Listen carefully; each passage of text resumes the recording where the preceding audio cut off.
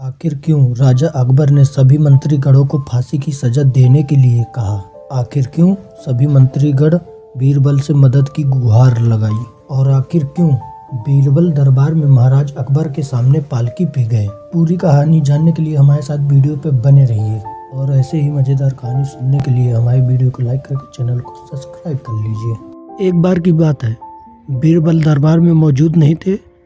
इसी बात का फायदा उठाकर कुछ मंत्रीगण बीरबल के खिलाफ महाराज अकबर के कान भरने लगे। उनमें से एक कहने लगा, महाराज आप केवल बीरबल को ही जिम्मेदारी देते हैं और हर काम में उन्हीं की सलाह ली जाती है। इसका मतलब यह है कि आप हमें अयोग्य समझते हैं, मगर ऐसा नहीं है। हम भी बीरबल जितने ही योग्य हैं। महाराज को बीरबल बहुत प्रिय थे। वह उनके खिलाफ कुछ सुनना नहीं चाहते थे, लेकिन उन्होंने मंत्रीगणों को निराश न करने के लिए एक समाधान निकाला।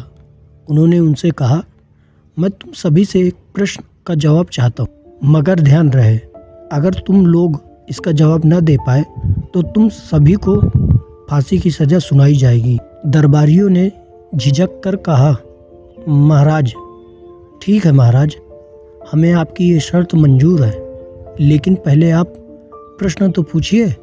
महाराज ने कहा, दुनिया की सबसे बड़ी क्या चीज़ है?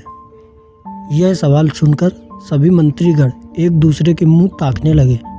महाराज ने उनकी ये स्थिति देखकर कहा, याद रहे कि इस प्रश्न का उत्तर सटीक होना चाहिए। मुझे कोई भी अटपटा सा जवाब नहीं चाहिए। इस पर मंत्रीगणों ने राजा से इस प्रश्न का उत्तर देने के लिए कुछ दिनों की मोहलत मांगी। राजा भी इस बात के लिए तैयार हो गए। महल से निकलकर सभी मंत्रीगण इस प्रश्न का उत्तर ढूंढने लगे। पहले ने कहा, दुनिया की सबसे बड़ी चीज भगवान है, तो दूसरे ने कहा कि दुनिया की सबसे बड़ी चीज भूख है। तीसरे ने दोनों के जवाब को नकार दिया और कहा कि भगवान कोई चीज नहीं है और भूख को भी बर्दाश्त किया जा सकता है, इसलिए राजा के प्रश्न का उत्तर इन दोनों में से कोई नहीं है। धीरे धीरे समय बीतता गया और मोहलत के लिए गए सभी दिन गुजर गए। फिर भी राजा द्वारा पूछे गए प्रश्न का जवाब न मिलने पर सभी मंत्रीगणों को अपनी जान की फिक्र सताने लगी।